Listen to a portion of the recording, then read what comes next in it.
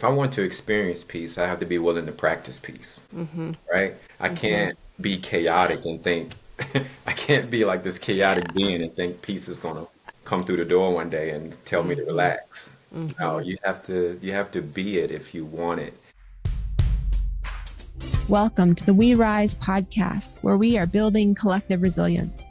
I'm your host, Christine Gyovai, business owner, wife, mother of two, paddleboarder, and I love working with communities across the nation. Join me as I share stories and strategies to inspire action to build resilience and community transformation. Hi, all. In this episode of the We Rise podcast, I have the delight of talking to Freddy Jackson of Love No Ego.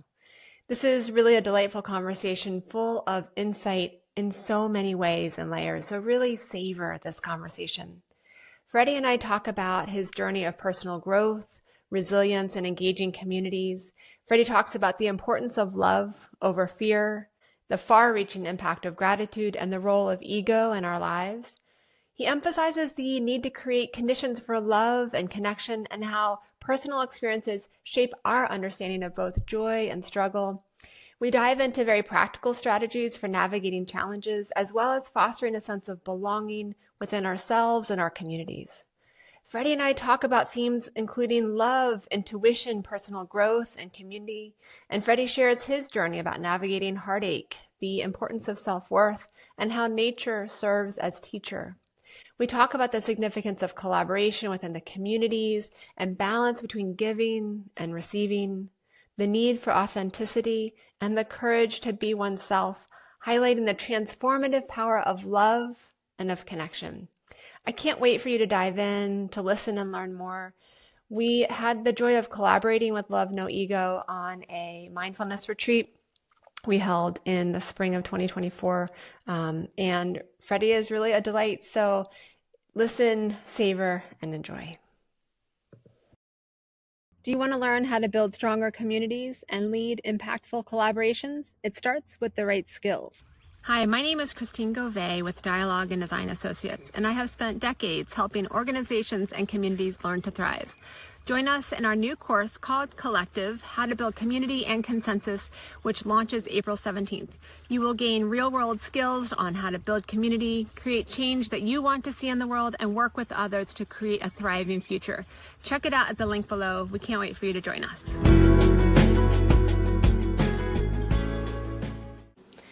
Freddy Jackson, so glad to have you on the We Rise podcast. Thanks so much for joining us. I've had the delight of knowing you for a while now and just really glad to have you on today. So welcome and thanks for joining. Yeah, absolutely. Thanks for reaching out and making it happen. So I appreciate it. Yeah, absolutely. Freddie, tell us a little bit about your story and about yourself. What have you been up to? Yeah, You know, to get started. I guess I've been up to a lot. I just had some great experiences over time, and what I've learned just trying to stay in purpose. And next thing you know, you've experienced a lot of beautiful things, you Yeah. know. But I'm originally from Buckingham County, small town, Central Virginia.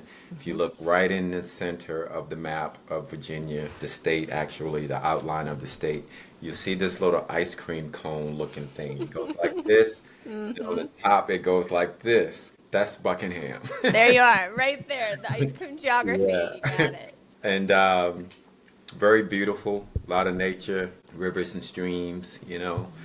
Hmm. Grew up just playing outside, playing in the dirt, just running around all day long until it got dark. But Hmm. fast forward, I'm a former college athlete, Hmm. former music artist, wrote a lot of songs, produced a lot of music in my day. I lived on the West Coast doing that for a while. Personal trainer and wellness coach of like 15 years. Hmm. What else? I have some background working with youth in the city, at-risk youth. I think all of them are at risk, so Hmm. just Yeah. at-risk youth. Yeah.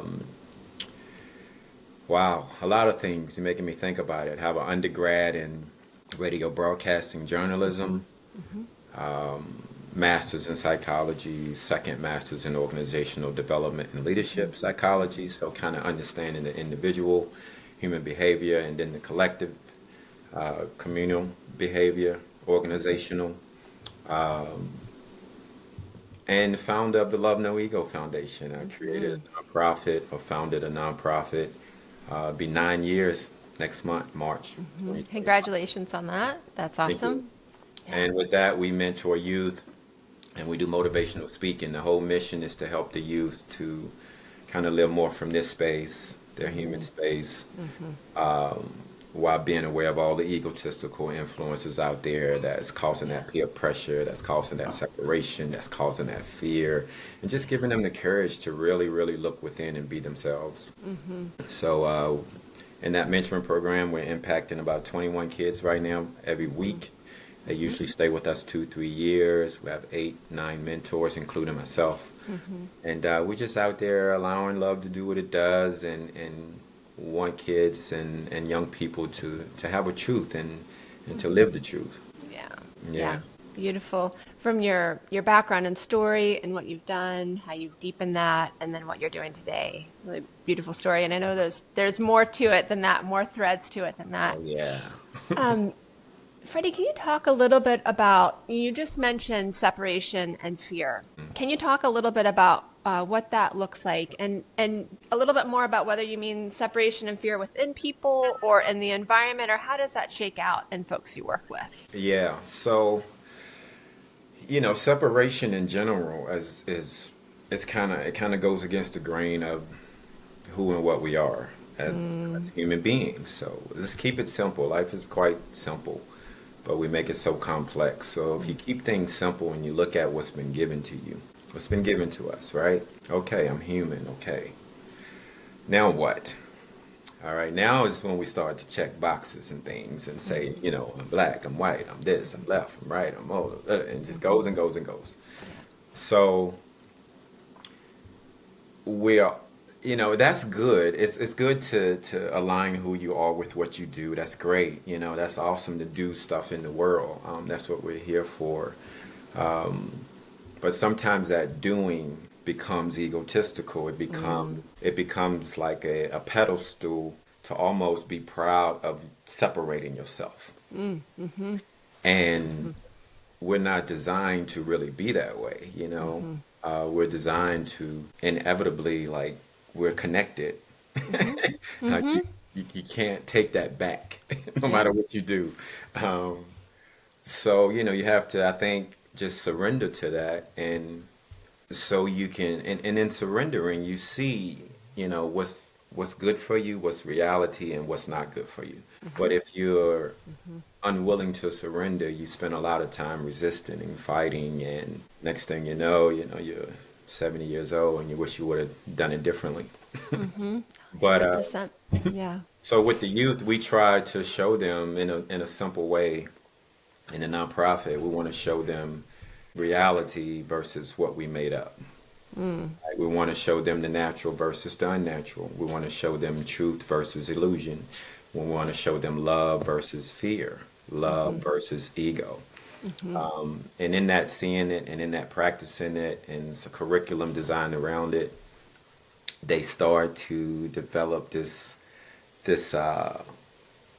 personal practice that can take them through challenges, through mistakes, while having a commitment to just showing up as your best self today. Like, it's today. It's yesterday. Yesterday's gone. Sorry, it's not coming back.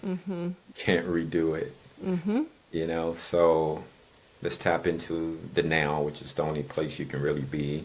And we can create tomorrow by jumping into our now and doing our best work. Yeah, absolutely. So what I'm hearing is really connecting with the present moment. Now is where it is. Really leaning into what reality is, leaning into a sense of connection, leaning into love over fear. Can you talk a little bit about what creates the conditions for people to be able to lean into love over fear? Yeah. In my experience, and so as you know, I do a lot of facilitation and community engagement work, kind of at the regional scale around environmental solutions, and then mindfulness. Yeah. And often that sense of separation, in my experience, including within myself, comes from a sense of fear of not belonging. You know, at the community scale, people are like, I don't know how to engage. I don't know how to belong. If I put myself out there, you know, there's a sense of not belonging to ourselves and not belonging to community and place. And it can be tricky in a very real way for people to experience a sense of belonging, depending on what their story and their lives have been like. So what are those conditions that allow people to feel a sense of safety, to be able to surrender and to live in the now in a way that is really authentic and in alignment with who they are? Yeah. And on that separation, when my answer to that, when I responded was yeah, as an individual, but also as connecting to the community. Like Totally. it both intertwines with the Totally. same practice, you know? So how do we create the conditions? I think if you want something, you have to be willing to be it, right? So if I want love, guess what? I have to be willing to love. Yeah. If I want peace, if I want to experience peace, I have to be willing to practice peace, right? I can't be chaotic and think, I can't be like this chaotic being and think peace is gonna come through the door one day and tell me to relax. No, you have to be it if you want it. And then when you be it, that's the proof that you have it. So Because you're doing it. yeah. Yeah. But we are so distracted all the time by any and everything and so many things, and rightfully so. It's nonstop messages, all day long, 24 hours a day. It's really difficult it can be challenging to set still. And even when you set still, I say set still because that's the one thing that I do daily that sets the foundation for me to do what I do every day or that particular day. But it can be challenging for people to sit still without the feeling like they have to be doing something, and they blame the mind for racing. Like I thank my mind for racing. Like, thank you. I'm glad you're working. Right. You're Like, doing your job. yeah, that's what Yeah. you're supposed to do. Yeah. Like, go ahead, do what you do. And I try to disconnect from it. I even if I'm too rattled, if I can't find myself like just falling into a space of just trying to be peaceful and relax and meditate or whatever that might be, I'll find myself wherever I am and say I'm in this chair right now and I'm just too disruptive with myself. I'll say, okay, I get up. It's like I'll act as if I step out of this space, but my body and everything's still here. And I go across the room and I sit over there and I look back at myself. And then I can see how disruptive I am, and it's a different angle that helps me kind of more relax and get into the moment and practice what I need to practice at that Yeah. moment. Yeah. Beautiful. But I think that's the number one thing. You have to create it. If you want it, you have to create the conditions for it. It's like we don't make our kids happy. I don't make you happy. Nobody makes me happy.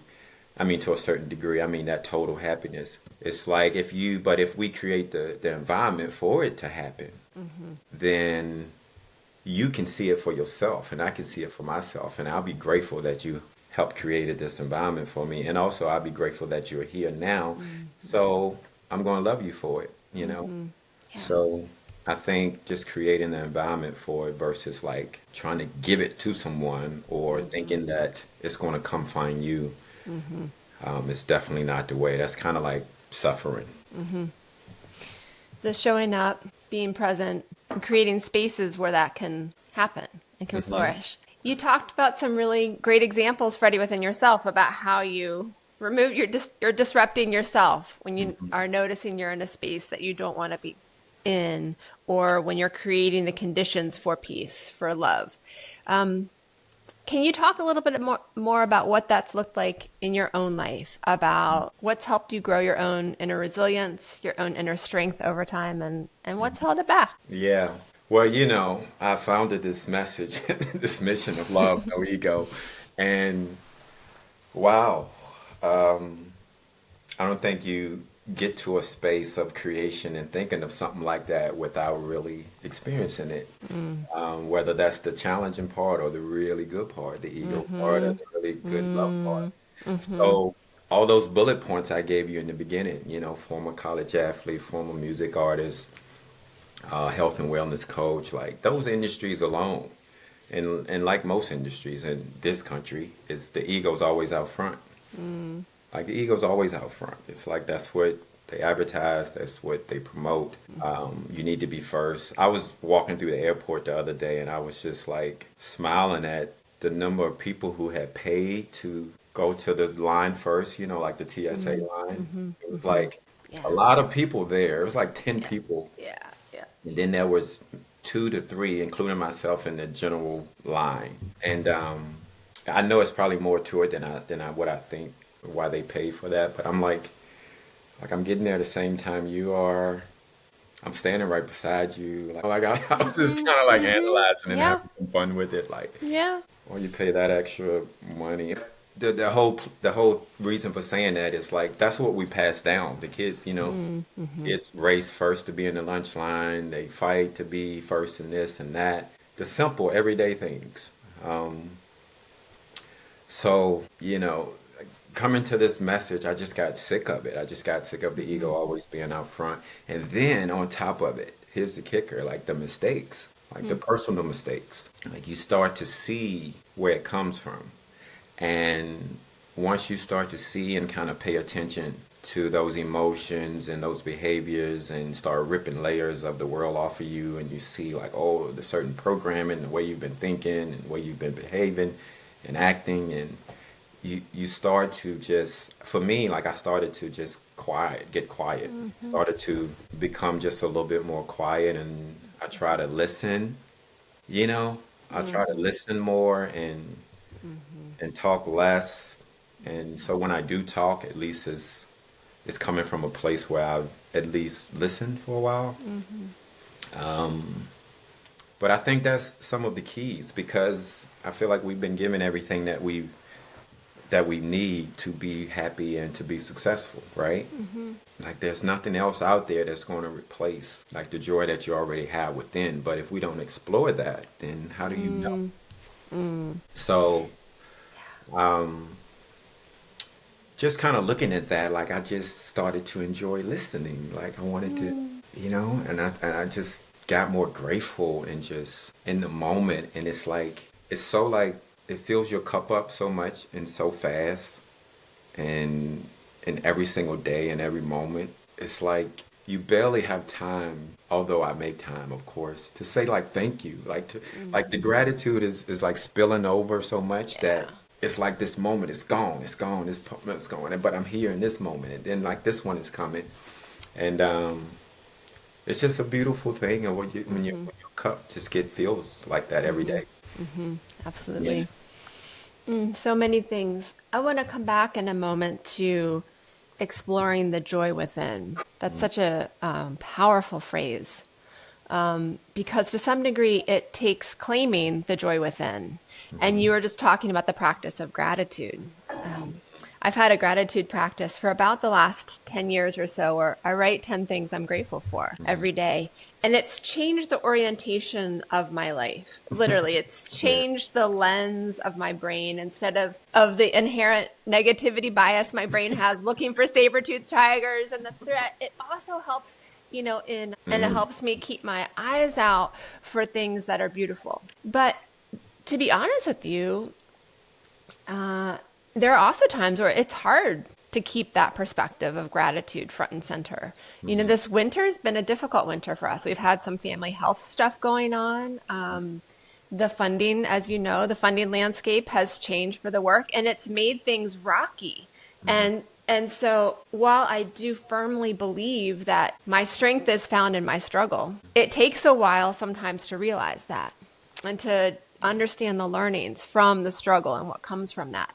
But continuing my gratitude practice keeps me coming back to, some days it's writing, I'm glad that I woke up today. I have clean air to breathe today. I have water to drink, and for folks who are listening and not watching, I'm holding up a clean glass of water. That's a really amazing thing that a lot of people don't have. So keeping it simple, 100% agree. Like just the simplicity of what we have to be grateful for is not a toxic positivity, not making myself be grateful for something. It's an intentional practice, and it's a joy building practice to change my orientation while still recognizing that struggle is real and difficulty is real, and I can't bypass those things. I need to feel those things fully because they're still going to be there. They're still going to come back up. But my gratitude practice has fundamentally reoriented the way I look at life. So can you talk a little bit more about exploring the joy within and what helps you grow the joy within? What does that look like in your life, Freddie? The foundation for the joy within, I feel, is nature itself. Just being out in nature. I mean, we are keeping it simple. Like, we are alive because of it. Without it, we'd be dead. Okay, so Right. that's reality. That's inevitable. And I have a list of like inevitables. That means those are things that I can't change, right? So I should probably work on my attitude or my perception, if you want to call it, or my knowledge just about those things. I should learn to accept those things that I cannot change, while at the same time developing a practice about those things so I don't have any fear about them. You know, so for example, we're all gonna transition. We're all gonna pass. I'm gonna, whatever that process is. I think about, like, for example, my parents. They're getting older. Spending a little bit more time with them doing things, right? And wheels and all this and that, and that can be a frightening thing, right? But at the same time, that's something that I can't change. And who says they're going to go before me, or I'm going to go before? Who knows? But I can't change that. So what can I do about it? So I remember a few years ago, as a New Year's resolution ritual thing, I wrote down, go to see my parents once a week. And they live in Buckingham still. I'm in Charlottesville, so it's about an hour drive one way. But I stick pretty close to that, and even when I don't, if I'm out of town or something, I call and check in.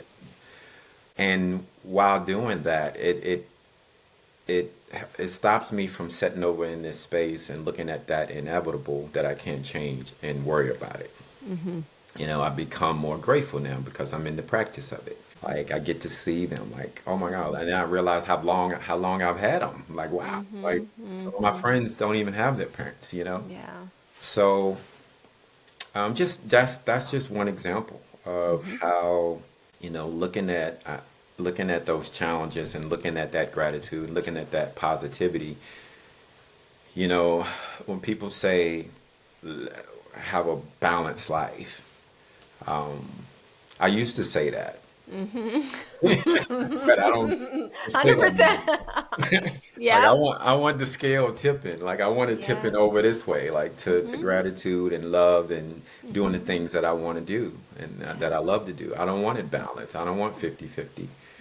I want at minimum, 51-49.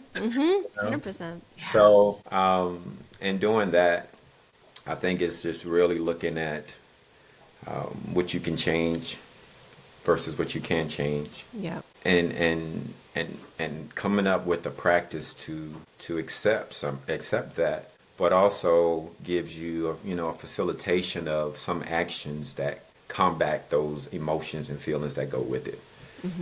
So that way you're always pushing towards and becoming your best self. Yeah. That's intention. Intention, yes. Yeah.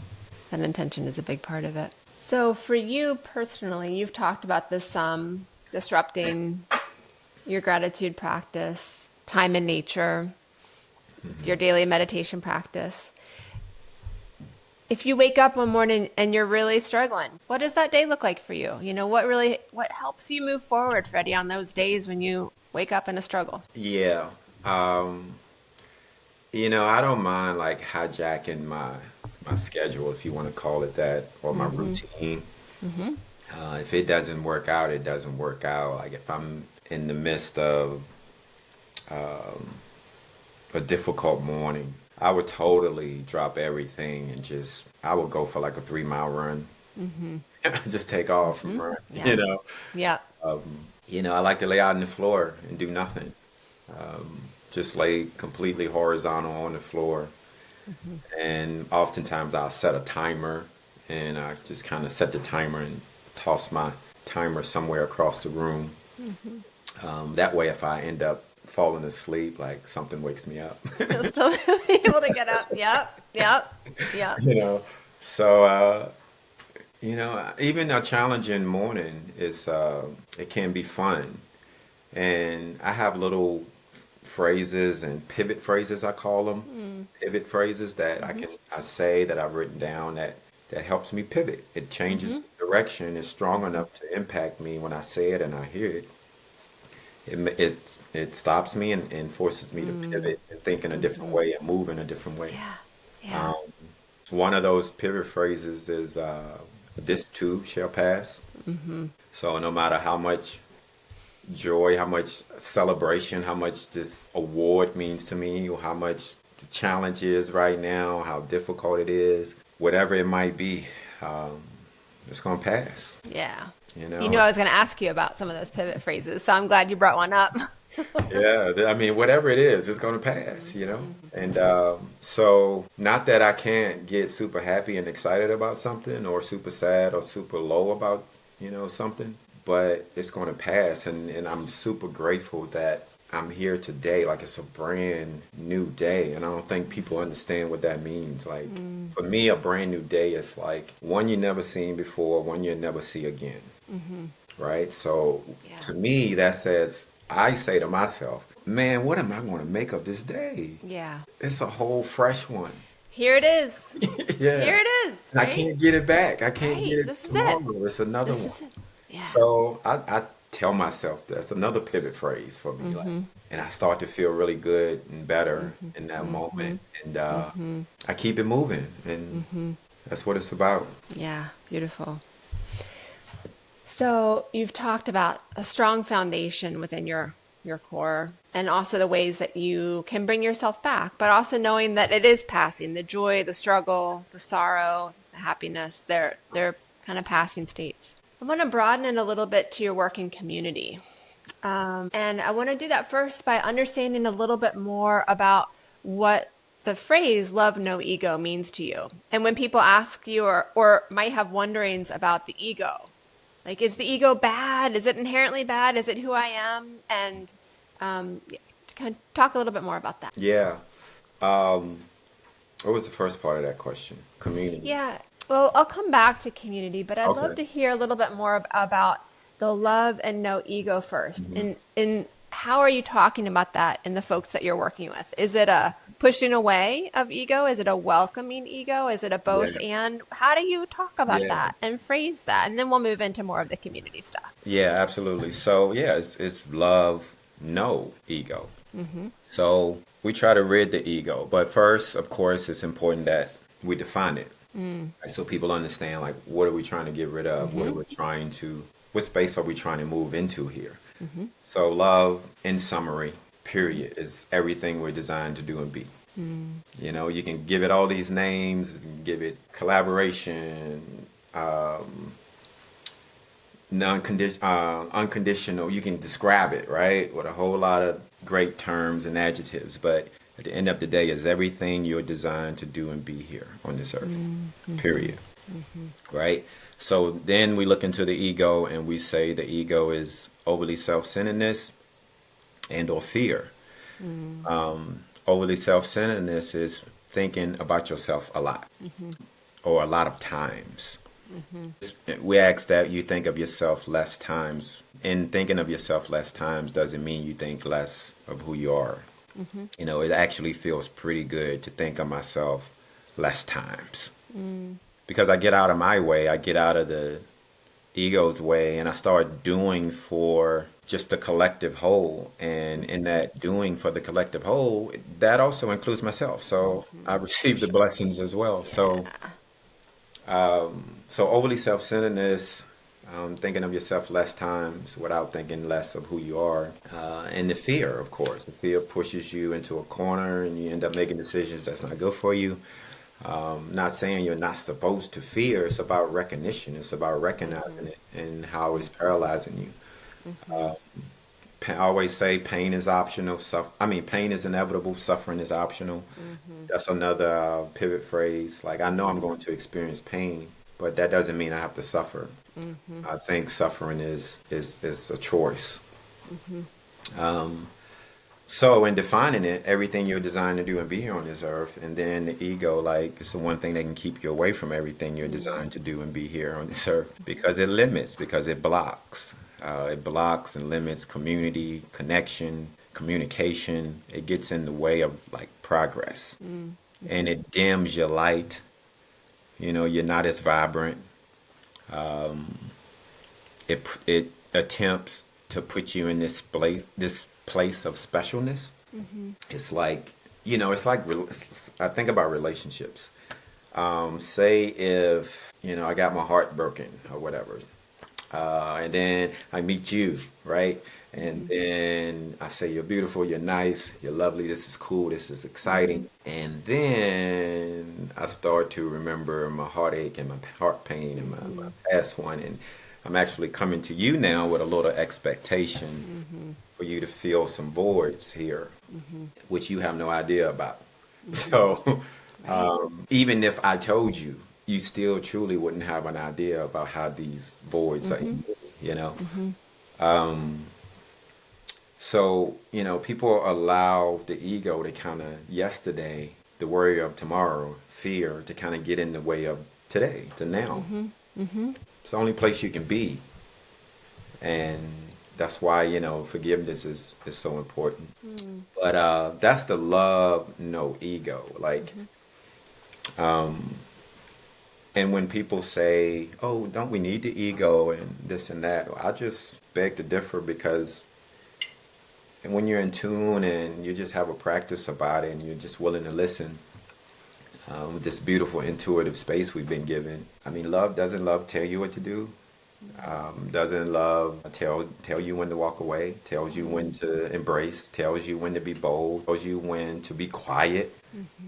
It tells me, Freddie, go this way. I'm not going that way, because love is everything. It's safety, it's peace, it's joy, it's energy, it's the greatest, it's everything. It's bold, it's courageous. And if we listen to it, I think it tells us what to do in every moment. It's full of knowledge, right? It's past perception. Like, the mind can grab things and look at it and tell you what it sees and try to make you believe it. But the heart and the intuition, it's like it already knows. It already knows. And if you can kind of tap or have a practice of tapping into that knowing, and you gotta just want it. You don't have to understand every aspect of being human. It's just about, do you want it? Your desire for it is enough, because joining and listening, and when we do all that, we answer love. Like, we answer it. It's happy that we joined and we did this. Yeah.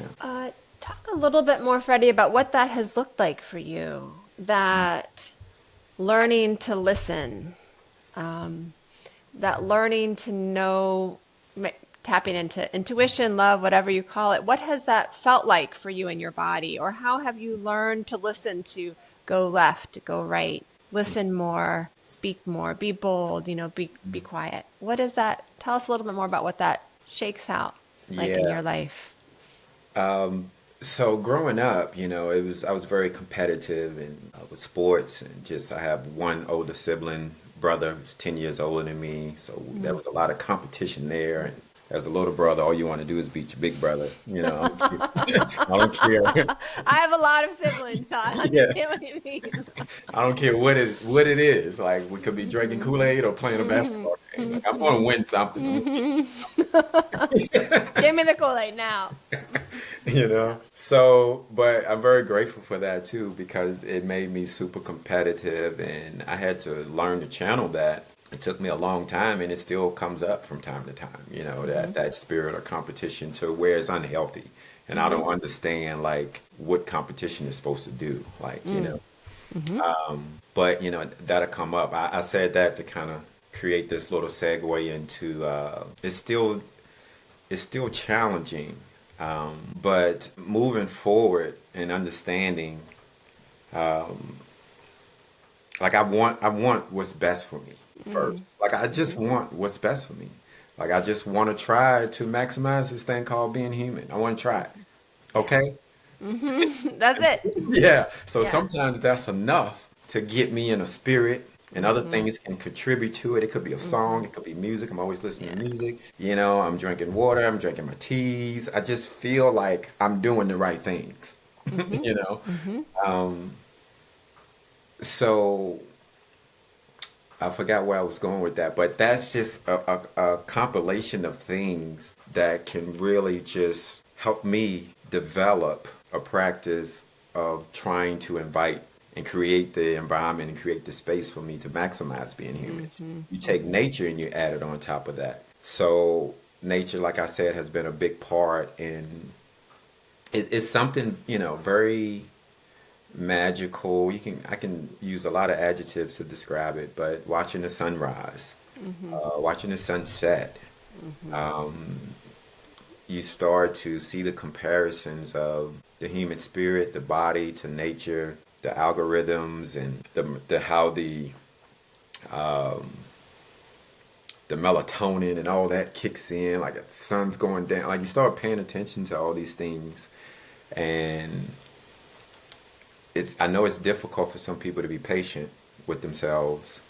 Um, but another pivot phrase is for me is suspended judgment. Like I want to suspend, like I'm gonna put my judgment on suspension. I used to get it suspended from school. That word is like stuck. Yeah. So I'm going to use it for something more positive. Like I'm going to suspend some judgment, um, and try to show up just authentically. Like try to show up and see what's available.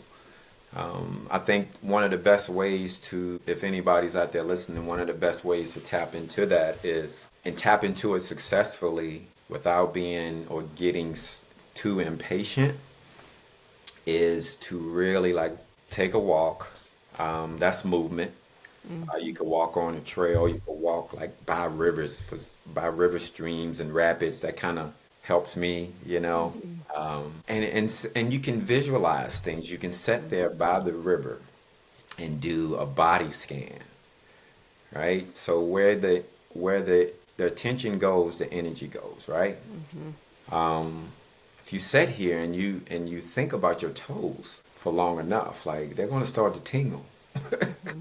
you know, and you start to realize this little cool power and stuff you have within you, and how you can direct this energy there, direct this energy here, and like you really have that ability to and overall power to heal. And I mean, when I say heal, I mean that in every way, um, physically, mentally, emotionally. And even if you don't really hit the goal that you're thinking, just the process and the practice alone does so much, um, that you're going to get the most out of it no matter what at that particular time. Beautiful. Beautiful. So bringing that in, where the energy goes, where attention goes, energy flows.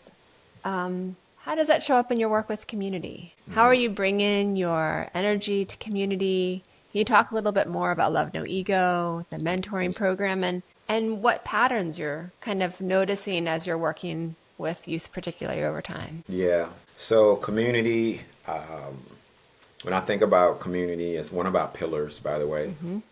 Spirituality, education, exercise, community. Everything that we do touches one, multiple, if not all of those pillars.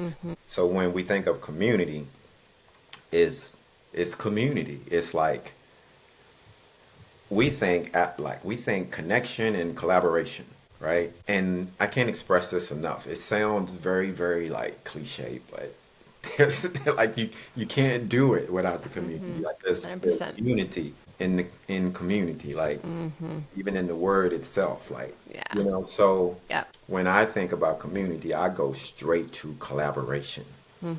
Like who is here that we can connect with and grow something, and of course ultimately have the impact that we want to have. That's what I think every time I go to an event, especially lately. I've been speaking at a lot of different conferences. And speaking at these conferences, I started to see like the importance of collaboration. Like guys, like we gotta collaborate. Like we really have to like do something, you know? Yeah. And that's what I've been kind of on the last 5 or 6 presentations. It's just like collaboration. So community. Community means that to me, connection and collaboration. Whether that's connecting with another mission that aligns with the youth that's going to help us impact our youth as well as their youth, Yeah. events together, maybe whatever that looks like. And then also more of the corporate world that's out there. How can we collaborate in supporting maybe this cause and have a ROI return of investment back to you, whether that's job placement, one of our kids are interested in your industry, whatever that might be. So we kind of look at all of it so we can maximize the people that's involved. Okay, the kid is 16. He's interested in engineering. Okay, here's Almar Heating and Air Company. Oh, they have engineers there. Okay, we introduce them. Boom, can we form a partnership of some kind? Boom, this kid's coming to intern for you. He's getting the skills. He's also still in the mentoring program, getting the emotional and social emotional support. So that little bubble of community right there is like how we like to do it. Love it. So you're enjoying the journey, you're Yeah. enjoying the moment. It's not some dreadful thing. Those days are over. Those days are over. We're not doing things that are dreadful. Like forget that. Throw that Yeah. out. Yeah. Yeah. We're not dragging and dragging and dragging and dragging and dragging. No, we're not putting No that. more strung out. No, we're not putting that suffering on ourselves or anybody else. I'd rather wait. Yeah. 100%. Yeah.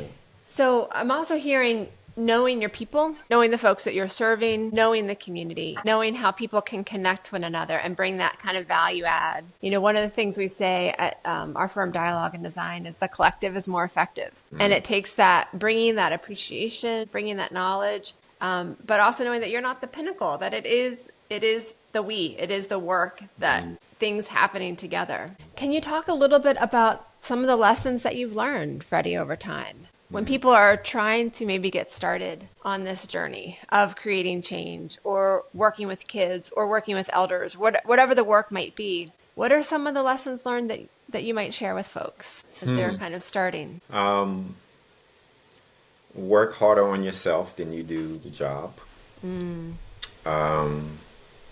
Because you know who you are and how you go about who you are is going to impact what you do.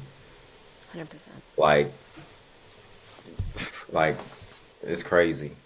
It's So crazy. It's it's so just foundational. yeah, it is, and you don't realize it until you do it, and then you see how effective you are. And, you know, there was a time where I was feeling like a little guilty because I would stop my day at 11 a.m., 12, and just go get lost for the rest of the day. And I would hit up friends and say things, and they'd be like, you know, what are you doing in the middle of the day, like in the mountains and in the woods, doing cold plunges and stuff? Right. Yep. I'm like, man, because I put in the work and I did this, and I'm cutting it off, and I'm going to do something, enjoy myself, and restore myself. But you know, everybody they are where they are. It's nothing against them. But just kind of circling back to it, it's like, you know, I was almost feeling guilty for doing that, for working on myself. Like it's like I'm supposed to like just kill myself or go extremely and unsafely, unhealthily into what I do and just try to do it, and I don't know, get money, I guess, and get things and have this sense of safety and security that, you know, traditionally we've been taught to do.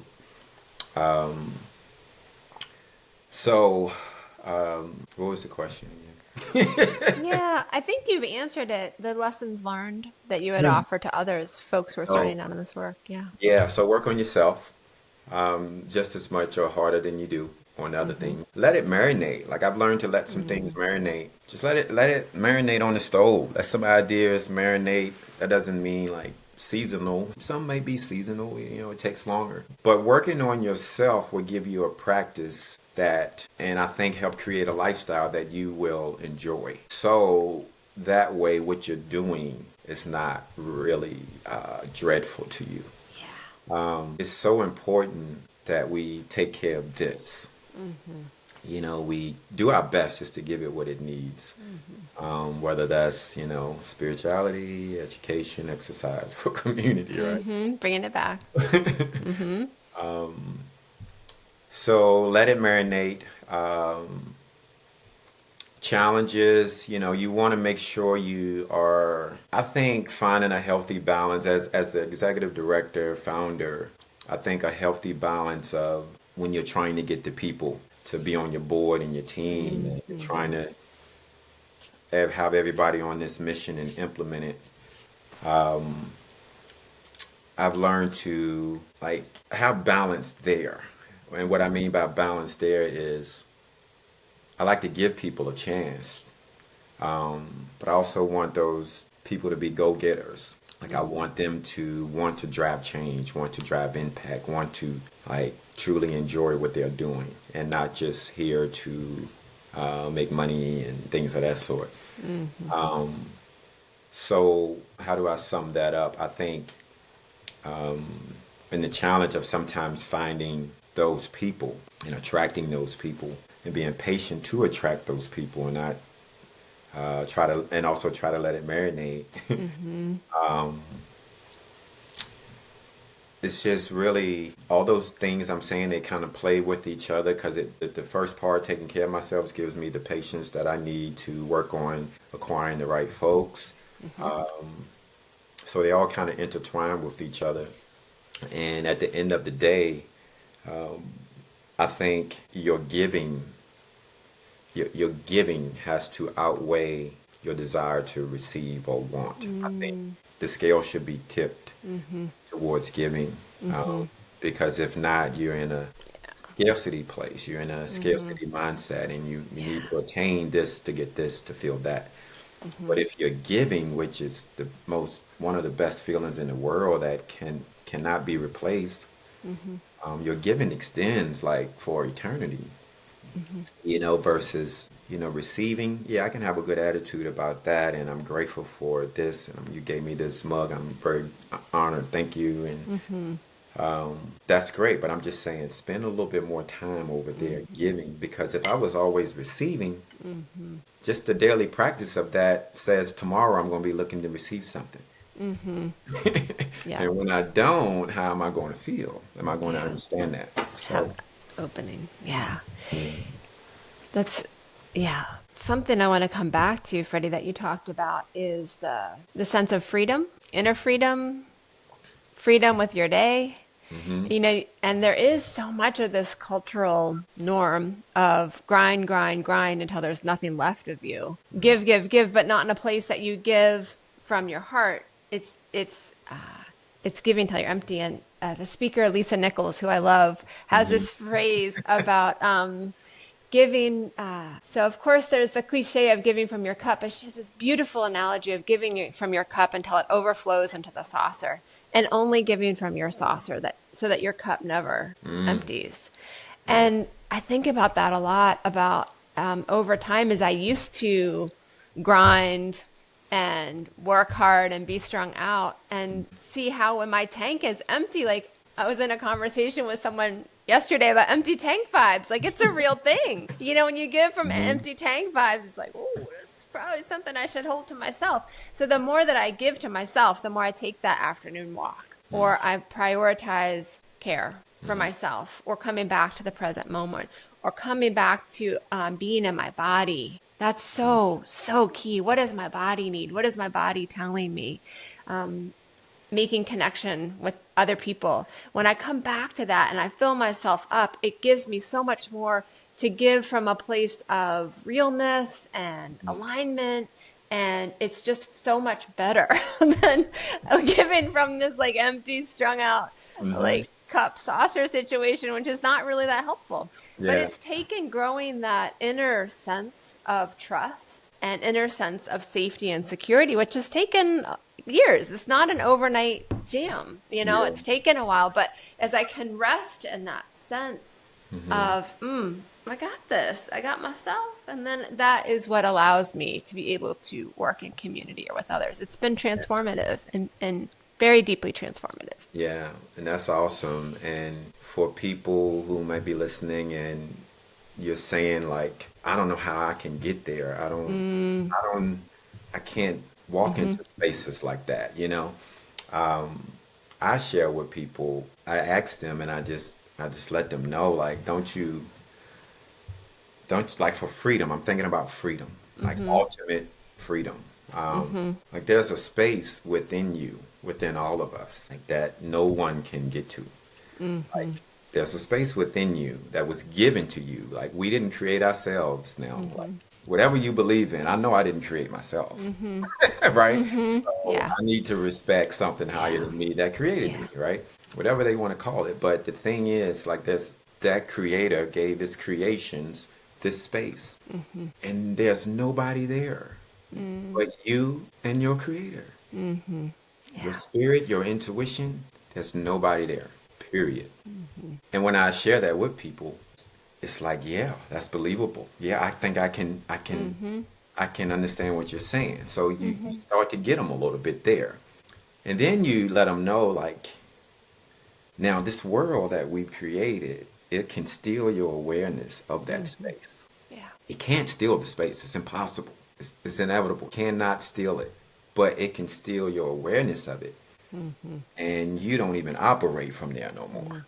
So, okay, what's in the way? What layers are in the way that you need to rip off so you can just get back to seeing this a little bit more than you see that? That's Yeah. the same love no ego principle. You see this love more than you see the egotistical world, right? Yeah. And once you start to see that, you can start to notice which space you occupy the most throughout your day. Am I here? Or am I there? Am I here? Or am I there? You know? And people, I think, start to move towards which they know is the right space to be in. What's the best space for them to be in? So then you get the confidence. You start getting the courage. You can walk into any room. You can talk to any person. You can be an individual. You can be in the community. And I believe in the gifts and the affirmations I've received from just trying my best to be and stay in purpose. The affirmations that I've received is like right on. Stamp. Yeah. You're feeling it. Yeah, like I gave you, and you are doing your best to be that you. Yeah, absolutely. I think it also, for me, has come down to, to come back to community and healing. I will say for me, moving from a place of strung out to a place of hopefully coming from a place of abundance, an inner wellspring of well-being, if you will, has come with a lot of therapy. It's come with a lot of friendship with people. It's come with a lot of time in nature. And it comes with a sense of loving those parts of myself too, who have different things to say through different reasons. So for me, it hasn't been trying to get rid of the difficulty or getting rid of the hardness. It's been really learning to feel them and love them. So Freddie, as we get ready to wrap up today, I know there's so many more threads I could easily tease out with you, but I would love to hear any other thoughts or reflections you'd love to share with folks and tell people how they can learn more about you and your work. Yeah. Reflection, always say have the courage to be you. Have the courage to be you and understand that you might not be the you that, the authentic you that you're being. It might be a you that you're being because of the world and the pressures around you. So if that's the case, it's false. It's a shield. It's not really you. So have the courage to be you. Have a desire to know that you and what that you is. That is really enough. If your desire to understand that is strong, like love's going to answer the call. It cannot not answer it. So Yeah. I say have the courage to be you. That's the name of our mentoring program with our youth. The Courage to Be You youth mentoring program. How to get in touch? The nonprofit, the 501c3 is lovenoego.org. Great. spelled just how it sounds, Lovenoego. And then there's Mr. Love No Ego. That is me. Long story short, we were doing some workshops in schools, and workshops were extended like 4 to 8 weeks. And after repeatedly coming back to this particular school, I was walking in, I walked by the window, going to the front door, and I heard a couple of kids. They said, "Oh, there goes Mr. Love No Ego." Mr. Love No Ego, that Love No Ego boy, that Love No Ego boy is back, And they were excited, I they were love that. excited. So I was like, yeah, we must be making an impact, guys. So, and then they just started calling me that for the remainder of the workshop, and I kind of liked it. I And love the it. corporate world started calling and asking about this whole Love No Ego thing, and I started speaking in the corporate world about ego in the workplace, how to get employees and team members to show up as their authentic selves, and heart-led engagement and leadership, stuff like that. So I made MrLoveNoEgo.org. I love it. I love it. I love it. Yeah, I love it. yeah. That's great. But yeah, reach out, and we're hiring for mentors. We're looking for all types of collaborations, and just trying to put ourselves and create the spaces for love to do what it does. Beautiful. Well, we'll include those links in the show notes and the episode webpage. So really excited. So folks, check out lovenoego.org and mrlovenoego.org. Freddie, it's been such a joy to have you on, such wisdom and just a delightful conversation. So thanks so much for joining today. Really appreciate it. Yeah. Thanks for making it happen. Thank you. Yeah, absolutely. Thank you for joining the We Rise podcast. To learn more about the stories and speakers featured on the episode, check out the website, yeswerise.org, for show notes, interview videos, and the links mentioned today. Find us on social media to share your stories and your ideas. You can also join our email list to learn more about building collective resilience at yeswerise.org. Thanks for joining.